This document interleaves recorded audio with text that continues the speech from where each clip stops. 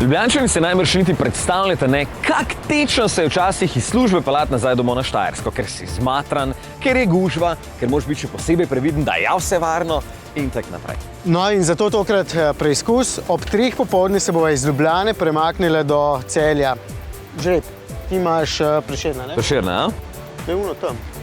Ko? Ni, jaz imam. Cifre.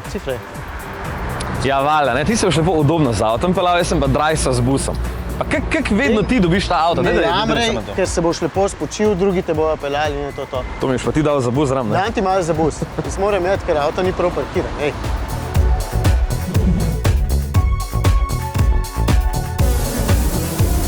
Verjamem, da ima avtobus v takšnem primeru kakšno prednost. Najbrž je največja ta, da si bo Iztok lahko odpočil, ker ne bo treba biti pozoren na cesto. Ampak jaz nisem za to. Avtobus je počasnejši, manj je udoben, manj je miru, sploh če je kakšna gneča oziroma če se derejo otroci. Saj imam tudi sam svoje otroke in vem, da je dretja hitro dovolj. Tukaj v Kamiku pa je lepo mirno, zdajle na ljubljanski obvoznici med gnečo. Zame skrbi menjalnik DSG, da mi ni treba non-stop pritiskati na sklopko. Radarski tempomat speljuje in zavira namesto mene. Sej ni take panike, če človek ni živčen. Pa dej se odmakam že, no. Hecam se. Vse v redu. Busi ob teh urah niso glih prazni in ker po 16 uri na tej relaciji ni nobenega drugega avtobusa, sem najprej hotel na tistega ob 15:20, ker se ustavi samo 2-krat. Ampak ker je kombi je itak bil poln, zato sem lahko šel na tistega, ki spelje 10 minut kasneje in se ustavi 38-krat do Celja. Tako da namesto 1 uro pa 11 bom na avtobusu slabi 2 uri, cena pa 7,5 €. Fajn, ne?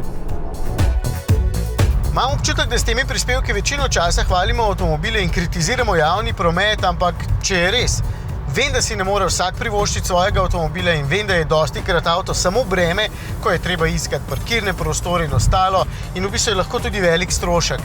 Če pa ste redno na poti na določenih relacijah, se da stroške fino prilagoditi in ugotavljamo, da na koncu praktično povsod zmaga avto.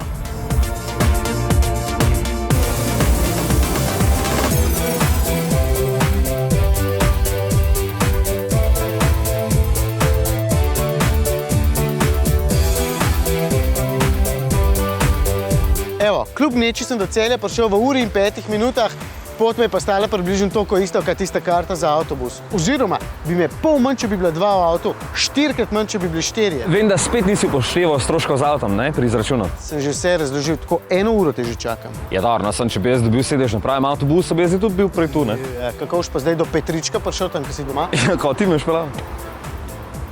Pa varno za volanom. Ej, ja.